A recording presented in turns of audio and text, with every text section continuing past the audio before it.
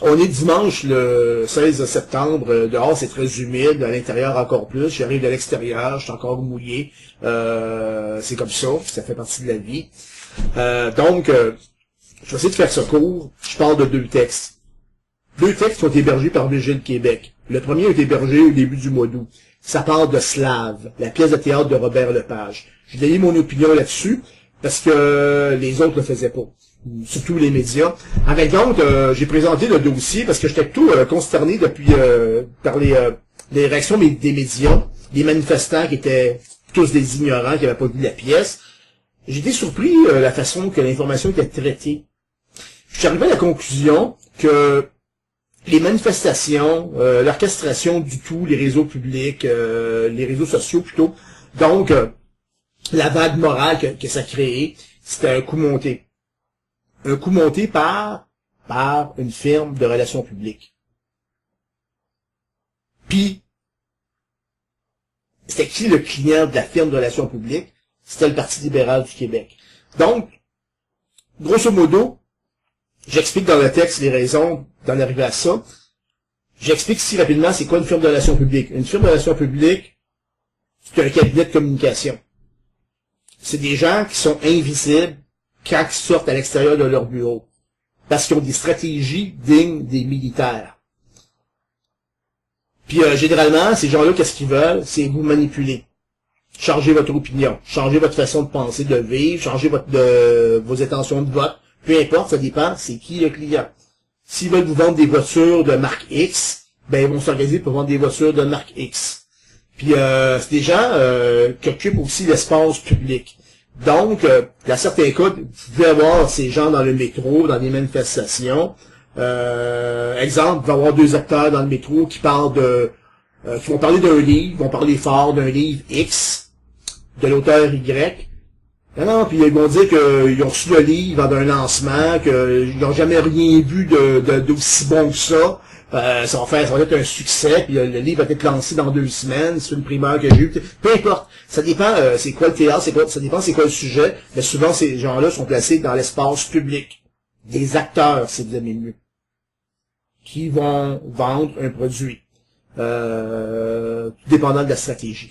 Donc, comme dans le texte sur Slave, j'avais pas l'opportunité d'étendre sur les relations publiques à cause que le texte faisait environ 8 pages, ben j'ai pondu un autre texte en espérant pouvoir rentrer dans le vif du sujet.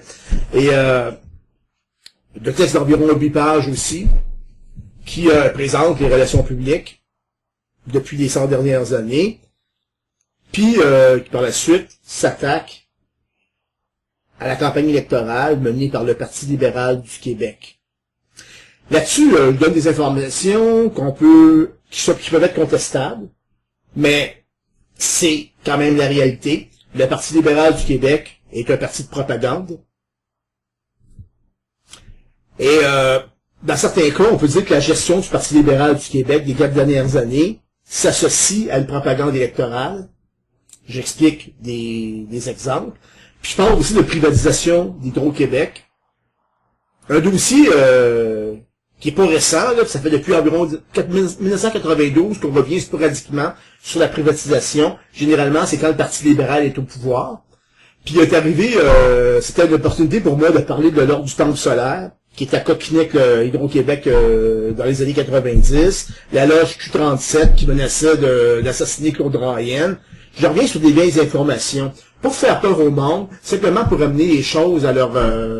parce que souvent on oublie le passé. C'est simplement pour amener ça à l'heure de 2018, dans le but de plonger dans un dossier qui a rapport actuellement à la nouvelle administration d'Hydro-Québec, les contrats qui signent à l'étranger.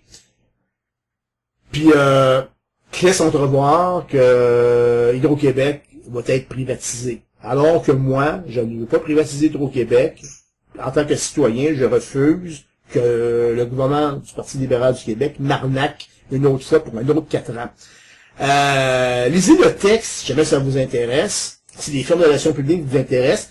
Si aussi vous voulez ouvrir votre esprit à des possibilités que ces firmes, du moins à faire comprendre que ces firmes sont partout, puis sont là, puis ils veulent absolument vous manipuler.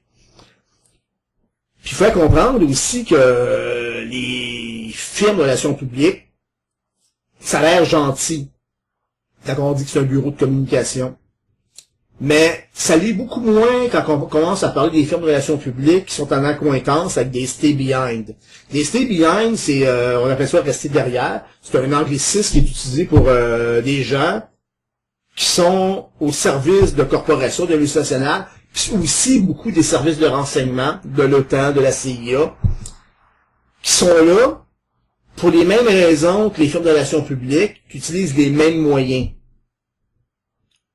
Sauf qu'ils le font souvent avec des moyens illégaux, de l'argent blanchi, des trafics, qui peuvent organiser des événements violents, des manifestations violentes, avoir à leur service des personnes violentes, par exemple des antifas.